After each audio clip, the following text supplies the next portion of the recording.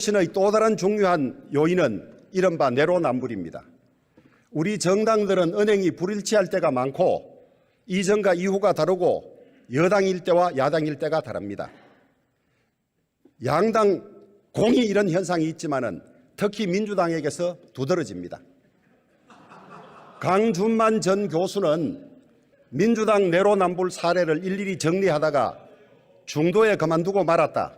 거의 모든 게 내로남불이었기 때문이라고 말한 적이 있습니다. 오늘 좀 거슬리더라도 들어봐 주십시오. 바꾸어 말하면 민주당 정권 5년 전체가 내로남불의 역사였다고 합니다. 박수 치지 마세요. 박수 치지 마세요. 항목별로 보겠습니다. 먼저 인사 내로남불입니다. 민주당은 병역 면탈, 탈세, 위장 전입, 부동산 투기, 영구 부정 행위 등등의 이유로 이명박 정부에서 17건, 박근혜 정부에서 10건에 대해서 청문보고서 채택을 거부했습니다. 그러나 민주당 정권 출범 초기인 2017년 5월에 5대 인사 배제 기준을 제시하고 이를 지키겠다고 하더니 이낙연 국무총리 후보자를 비롯해서 고위공직자 후보자 다수가 5대 비리 관련이 있음에도 불구하고 임명을 강행했습니다. 2019년 11월에는 5대 기준에 성범죄와 음주운전을 더해서 7대 공직 배제 기준을 내놓았는데 자기들이 내놓은 기준도 지키지 않았습니다. 여러 가지 예외 조건을 달아서 실상은 더 완화된 기준이었지만은 여기에 걸리지 않는 후보자가 드물었습니다. 문재인 대통령이 야당 동의 없이 임명한 장관급 이상 인사가 무려 34명으로 역대 최대였습니다. 그러던 민주당이 윤석열 대통령이 당선되자 이번에는 국민을 받들 능력과 자질이 없는 결결자를 단호히 레드카드로 퇴장시키겠다고 엄포를 놓았습니다. 다음은 재정 내로남불입니다. 2015년 9월 문재인 당시 새정치민주연합 대표는 박근혜 정부의 2016년도 예산안과 관련해서 국가 채무 비율이 재정 건전성의 마지노선으로 여겨지는 GDP 대비 40%를 깨고 있다며 재정 건전성 회복 없는 예산은 결코 받아들일 수 없다고 하셨습니다. 하지만 집권 후에는 40% 기준의 근거가 뭐냐며 전례 없는 포퓰리즘 확대 재정 정책을 임기 내내 지속해서 국가부채 100조 시대를 초래했습니다. 1000조 시대를 초래했습니다. 2021년 말 국가 채무 비율은 자, 좀 조용히 해주세요. 조용히 46.9%에 달했습니다. 다음은 좀 들어봐 주세요. 다음은 입법 내로남불입니다. 김경엽 의원님 잘 들어봐 주세요. 테러 방지법은 2016년 민주당이 야당일 때는 인권을 침해하는 악법 중의 악법으로 규정하고 무려 38명이 9일간이나 필리버스터까지 하였지만은 집권 후에 다수당이 되고도 한 점은 고치지 않았습니다. 이런 악법을, 필리버스터까지 한 악법을. 오히려 여당이 된 2020년 9월에는 감염병 검사와 치료를 거부하는 행위도 테러 행위로 간주하는 무시무시한 내용의 개정안까지도 냈습니다. 반대로 여당일 때는 아무 관심이 없다가 야당이 되자 입법을 서두르는 경우도 있습니다. 방송법, 양곡관리법, 노란봉투법이 대표적인 경우입니다. 다음은 적폐청산 내로남불입니다. 민주당은 집권하자마자 각 부처에 적폐청산 기구를 만들고 정부와 공공기관의 전 정부 인사들을 쫓아내고 혹은 감옥에 보냈습니다. 청와대 비서실장과 정무수석은 블랙리스트를 만들었다는 혐의로 기소되었습니다. 그러는 중에도 블랙리스트 만들었다고 처벌하는 중에도 민주당은 자신들이 블랙리스트를 만들고 있었어요. 검찰이 이 일로 문재인 정부의 몇몇 장관과 청와대 참모들을 기소하자 이번에는 민주당이 정치보복이라고 발끈하면서 5년 단임 대통령제하에서 필연적으로 발생할 수밖에 없는 제도적 문제마저 기소로 안가품했다고 말을 바꾸었습니다. 참으로 편리한 기억력입니다. 이재명 대표의 내로남불도 죄송하지만 언급하지 않을 수 없습니다. 이재명 대표는 성남시장 시절에 죄를 지으면 대통령도 구속되는 나라를 만들어야 한다며 박근혜 대통령을 청와대 정문을 나서는 순간에 수갑을 채워서 구치소로 보내자고 했습니다. 그랬던 이재명 대표가 자신의 온갖 의혹에 대한 정당한 수사조차 정치 탄압이라고 항변하고 있습니다. 불체포 특권 포기를 공약했던 민주당, 특히 이재명 대표가 불체포 특권 포기 공약을 지킬지도 국민들은 지켜보고 있습니다. 마지막으로 민주당의 민주주의 타령 내로남불입니다. 민주당은 오랜 기간 야당을 하면서 민주화 투쟁을 통해서 민주화를 이루어낸 공이 지대한 정당입니다. 당 이름에서 민주가 떠난 적이 없고 이것을 자산으로 실로 많은 것을 누렸다고도 할 수 있습니다. 한마디로 민주는 민주당의 핵심 가치이자 핵심 자산입니다. 그런데 지금의 민주당이 민주라는 말을 떳떳하게 쓸 수 있습니까? 민주당 정권은 촛불 민주주의와 공정을 표방하며 집권했습니다. 하지만 민주주의와도 공정과도 거리가 멀었습니다. 촛불 민주주의 허구성은 문재인 정권 출범 전부터 이미 드러났습니다. 김경수 전 의원과 드루킹 일당의 대규모 여론 조작이 문재인 후보의 당선을 도왔습니다. 민주당 정권은 울산시장 선거에도 직접 개입했습니다.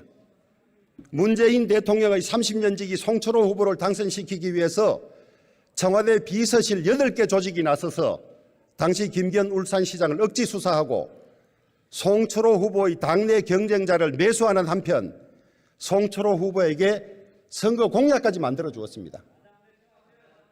민주주의의 꽃을 이렇게 짓밟고도 어떻게 민주라는 말을 쓸 수가 있습니까?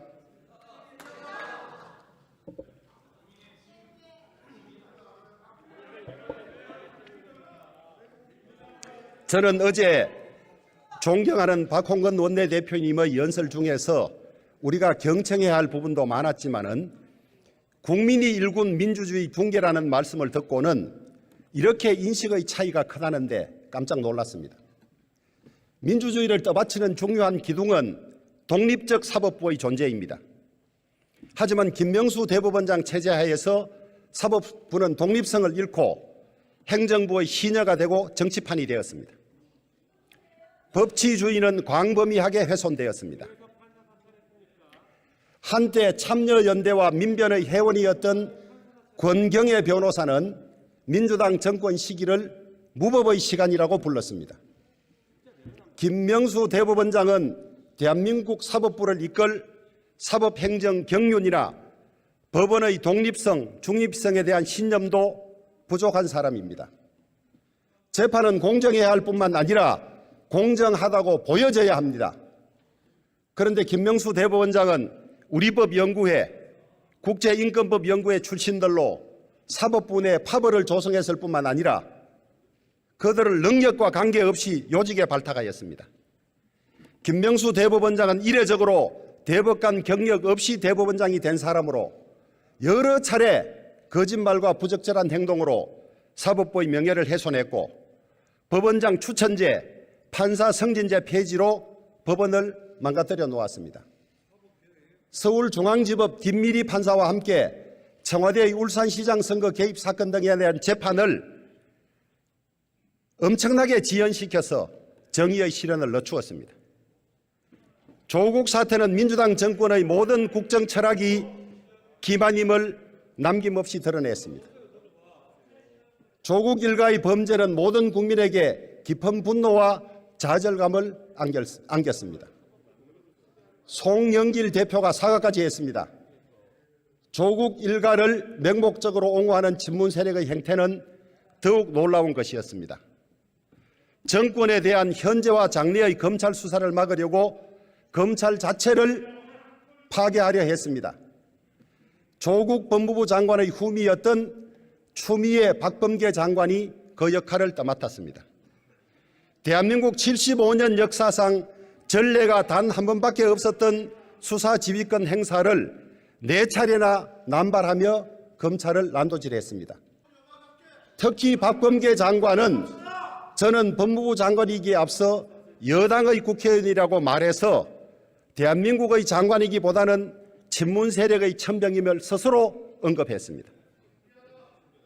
헌법상 국회의원이 국무위원과 국무총리를 겸할 수는 있지만은 선거 기간에는 중립적 선거 관리를 위해서 국무총리와 법무부 장관, 행안부 장관은 중립적 인사로 교체하는 것이 관례였습니다. 민주화 이래 역대 선거 기간에 국무총리와 국무위원으로 있으면서 여당 국회의원직을 보유하고 있었던 사례를 보면 민주당 정부가 무려 6명으로 압도적 1위입니다. 더욱이 국무총리, 법무부 장관, 행정안전부 장관을 현직 민주당 의원이거나 당적이 있는 사람들로 채우는 전무후무한 일을 하기도 했습니다. 이러고도 어떻게 공정을 입에 올릴 수가 있습니까? 민주당은 언제나 인권정당임을 주장해 왔습니다마는 이제는 그럴 자격이 없습니다. 탈북선언 강제 북송 사건과 서해 공무원 피살 사건은 문재인 대통령과 민주당이 정치적 목적을 위해서라면 인권 원칙을 언제든지 버릴 수 있음을 보여주었습니다. 인권은 그저 입에 붙은 수사에 불과했던 것입니다. 민주당이 북한인권재단의 정상 출범을 막고 있는 것도 있을 수 없는 일입니다. 북한인권 정진을 위해서 2016년 9월에 북한인권법이 제정되었고 그에 따라 북한인권재단이 만들어졌지만은 지금까지도 이사회가 구성되지 않아서 출범을 못하고 있습니다. 민주당이 민주당목 이사의 추천을 거부하고 있기 때문입니다. 우리 당과 통일부가 아무리 요청해도 민주당은 지금 몇 년이 지났지만 꼼짝도 하지 않고 있습니다. UN 북한인권 결의안에 4번이나 불참하는 등 민주당의 인권은 북한 앞에만 가면 사라집니다. 현대 민주주의 국가의 중심은 의회입니다. 하지만 민주당이 제20대 총선에서 압도적인 다수 의석을 차지한 이래 우리 의회 민주주의는 급격히 붕괴되고 있습니다. 2012년에 여야 합의로 소위 국회 선진화법이 통과되면서 우리 국회는 의사결정의 원리로서 단순 다수결이 아니라 합의를 우선시하는 시대로 옮겨갔습니다. 합의제를 떠받치는 핵심적인 요소는 여러 가지가 있습니다. 국회의장의 직권 상정 요건 제한, 여야 동수로 이루어지고 3분의 2 찬성으로 결정되는 안건조정위원회, 그리고 무제한 토론 등이 그것입니다. 하지만 민주당은 압도적 다수 의석을 차지하자마자 합의제의 핵심 요소들을 대부분 무력화하면서 의회 민주주의를 형해화하였습니다. 우선 위장 탈당이나 다른 정당 혹은 무소속 의원 동원을 통한 안건조정위원회의 무력화는 두고 의회 민주주의를 파괴한 흑역사로 남을 것입니다. 특히 검수완박법 처리를 위해서 양향자 의원을 내치고 민형배 의원을 탈당시킨 후에 법사위로 보낸 사건은 무슨 일이든지 할 수 있다는 민주당의 민낯을 남김없이 드러냈습니다. 이러한 꼼수는 이것 말고도 6차례나 더 반복이 됐습니다. 이러고도 어떻게 선진화법이라는 말을 붙일 수가 있습니까? 무제한 토론은 원내 소수당이 다수당의 일방 독주에 저항하는 마지막 수단이라고 할 수 있습니다. 우리 국민의힘도 연동형 비례대표제법과 공수처법에 이어서 검수완박법 강행 처리에 맞서서 무제한 토론에 나섰습니다. 하지만 민주당은 국회법 조항을 악용해서 회기를 잘게 쪼개는 전대미문의 살라미 전법을 써서 마지막 호소 수단마저도 없애버렸습니다.